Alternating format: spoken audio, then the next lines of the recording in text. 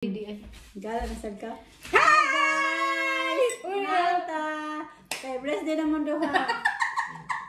Okay guys, pasensya na kay Cherry, pasensya na. Kilibri, ragod ko diri ka. Ang na mo, maatong tag-leads. Wala dayon, kay bati ang panahon. Guys! Bati ang Amo panahon. na-introduce among food. Yeah, di ka Saan ako na, Cherry? Liempo. Liempo, fried liempo. Then, Then, of course. buwa, dried fish with vinegar. Bisaya kayo. O monggos. Sino hindi sa monggos gali? Monggong. Munggo. O rice. O coke. Munggo. Balero na. Ay, nagkuhan ko dito guys. It's for free. Ulaw kayo. Kaunta guys, dami kayo. Rice is Rice, rice. abi. Cherry. Abot ka. Actually guys, naka-schedule mi ni Cherry mag-leads. Kaya nga, dapat. Pero na-cancel ka na yung mga important matter. Cancel siya guys, kasi bati sa ng panahon. Rice is life, basta Pilipina, yaway na. So, sa mga nag-request dyan kung paano kami nakapunta sa UK, habang kumakain kami, Kaya nga. ikukwento namin.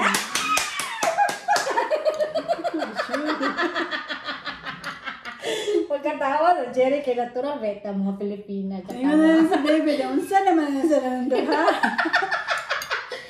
Like nanak, yun, oy, marag wala yung mga problema, di ba? Pero di na mo ipakita, di na mo ipakita mong problema. Hindi may problema ba, guys, of course. Kaya lang, hindi namin ipakita ng... Oh! Ito yung sagot ganit, Cherry. Wala sa gun. Nayaway. Be, among munggos. Ano ka munggos? What's ano ba naman? Shout Shout out out sa sa Jared, mga sa viewers mga- diha. Wala ko kay ba pila yung viewers. Did you managod? Nag-video ta, kaya ano i-upload sa YouTube. Pwede din sa ano. Ha? Ay mo kang grill sa ano. Pay kalami sa among bulad. Wala. Namig yung buwad. Grabe. Tagsara kami kakaunan eh. Di may romantic ka og bulad guys, kay Buhoon. complicated kay magluto bulad. Kailangan baka mo gawas sa balay nimo guys para magluto bulad. Wala pa kamudagan. Kailangan imong painiton sa imong oil. Ayan ang kadagan, run away outside. Kaya buhoon, ang good siya good. Kung bitla, humutan sa baho sa buwad, sila bahuan. Magsuka-suka. Ay, yeah. Sige! May yung buwad. Si Cherry yung tanungin natin. Sige. Di, ka na. Paano ka napunta dito sa UK, te? Paano ka napunta?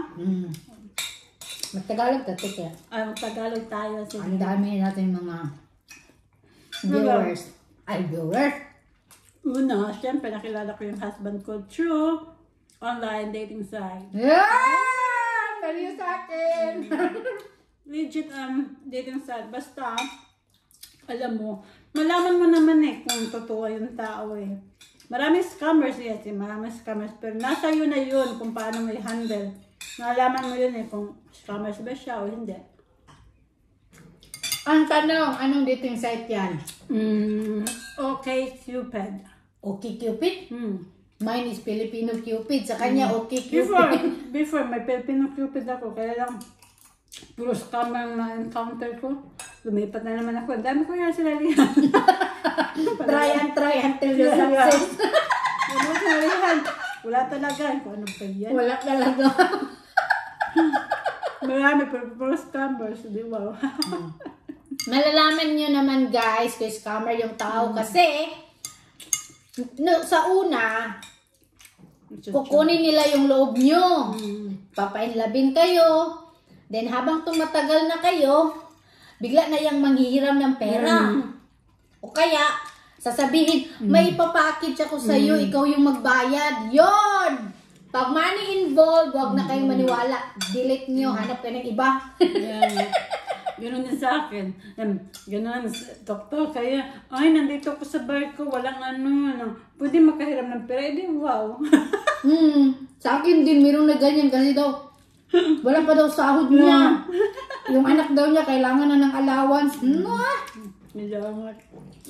Yahay. Delete ba yun? Kagabaw yung mga scam. Delete dayon, di ba? Ang foreigner kasi nga hindi scammer, sila yung nag-offer sa'yo ng pera, hindi ikaw yung magbigay ng pera. Kaya nga. Kaya yes. So, yun na. Nung una ko pa siyang message, siya nag-message sa akin, si Nigel. Sabi ko, scammer siguro to. Lagi ba kayo? Hindi ba ba tayo sure sa umpisa ba yun? Yung scammer siguro to. Nireply ko naman kasi para ako reply siya. Tapos, ang bait niya, sobrang bait ko. Wow, ito na siguro. Hindi mo man dyan malalaman ng tao kung scammer kung hindi kayo mag-continue ng usap. Usapan. Kaya message ko tao pagtapos ko ng work. Message niya kayo, different ba yung time? Dito sa, yung dating set na yan, tika na, nagbabayad siya, monthly, for free. Sa UK man. Kuam siguro na siya sa UK. Up sa UK. Kung sa Filipino Cupid kay si David kay nagbayad. Business na siya. Business? Na ang lalaki magbayad kay kabaw man siya daghang kwarta. Tapos yun nga guys.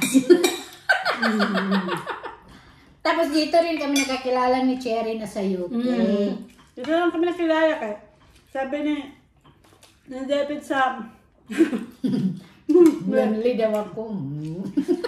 Nag-comment ako, message ko din siya. Ayun, nakilala kami. Dito lang kami nakilala ni Mary. Ganon. Kaya doon sa mga taong gusto mag-foreigner, huwag kayo mawala ng pag-asa. yes. Pag once na ang God na mag-ano sa'yo, magbibigay sa'yo, bibigyan ka talaga ng tamang Pero paano sa kayo magkaka-foreigner kung hindi rin kayo kumikilos? Mag-ano din kayo? Mag-dating site? Yun naman talaga dapat, hindi ingon, pahingin naman Kami nga, kahit kami ng kaya mo lang nakita namin. Yeah! Ako simula 3rd year high school, naghanap ako ng foreigner like that. Hanggang sa nakapili mo talaga. Kaya nga, ako din, nagtrabaho ako sa Taiwan. Hanggang wala na ako ng pag-asa. Ba? Kasi nga, hindi naman lagi kasi mabisi ako sa trabaho. Yung akin nga, ako pa nga nag-I love you kay David. Siyempre, para makasure na yun. Kaya, pag once na alam na ako kasi na totoo, parang malaman mo talaga pag ang taong totoo kasi walang bastos ba. Talagang lagi niya sinasabi, kaano ko lang, karating ko sa trabaho na. Yung iba kasi, hinihingian ka ng picture, bibigyan ka ng pera, magbigay ka ng hubad na picture, oh my God. I-delete mo yan, hindi yan tama. Hindi naman yung totoong tao. Diba yun? Namig kami pagkaon guys, eh.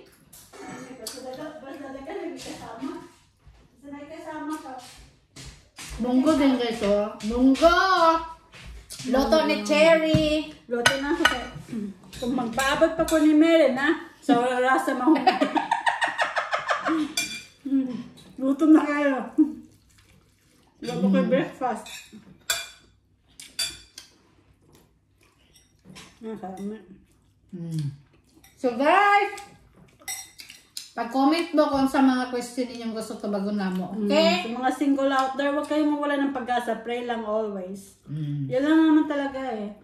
Dapat kumilos, magdasal, hingiin sa Panginoon Diyos kung yun ba ang lalaki para sa inyo. Kaya ako nga, nagsakripisyo ako kahit maliit yung sahod ko. Nagsakripisyo talaga ako na makabayad sa internet monthly para makakita ng foreigner. Kaya nga. Kaya naman, gano'n naman talaga. Talagang kilos muna bago Kung wala, kung lagi kayo, gusto ko ng friend, wala nga, hindi ka naman nag-ano. Tapos, doon sa mga taong nangihingi ng foreigner dyan, marami dito. Kaso, Ako, hindi ako nagbibigay basta-basta kasi baka lukuhin lang ka or sino ka mang bigyan ko, lukuhin ako. Ikaw pa sisihin. Yeah. Yan din ang sabi ni Nigel sa akin. Ako ang sisihin ninyo pag bigyan ko kayo, di ba? Kaya nga. Kailangan kayo yung maghanap para Walang sisihan. walang sisihan. Oh, sorry sa mga taong nangingi dyan. Kaya nga, hindi ang sabi ni Nigel sa akin. May mga tao din humihingi sa'yo. Once na magka-problema, ikaw pa sisihin. Iwag na. Sa akin, yung mga taong humihingi, sabi nila na bigyan ko daw sila kasi ako, kabisado ko daw yung tao na ibibigay sa kanila. Hindi na din alam. Na hindi man natin alam kasi hindi ko man yan nakakasama yung tao araw-araw. Yeah, paano pag kayo nga, dinala kayo dito, tapos pinatay kayo. Ako yung blame. Ikaw pa mabuhay ng pamilya. Ako pa, lagi, ako pa yung i-blame kay dahil sa'yo, ikaw nagbigay. Na. Kaya nga, Kaya, huwag na, sorry sa inyo. Totoo talaga. Lagi. Kaya kayo ang maghanap kasi pag hiningan kayo ng pera at nagbigay kayo, walang sisihan. Sabi ka ng sister ko nga, sabi ko nga, bigyan mo naman ako. Sabi ko sa kanya kasi nandito na siya nung wala pa ako dahil sa Taiwan. So maghanap ka nga. Ayaw ko kitang bigyan kasi kung okay, maghanap na nga ako. Naningkamot ko maito. Lagi, maningkamot yun ba? Kaya, Sifag lang yan. tapos akala nyo, maganda yung buhay na namin dito kasi nasa UK kami. Mali kayo kasi ang daming babayarin dito. Tapos sa tax din, ang laki ng tax. Mahal ang cost of living dito. Pag masipag ka, pero pag may trabaho ka, okay lang din. Gamit kayo guys! Hindi kayo bang taong.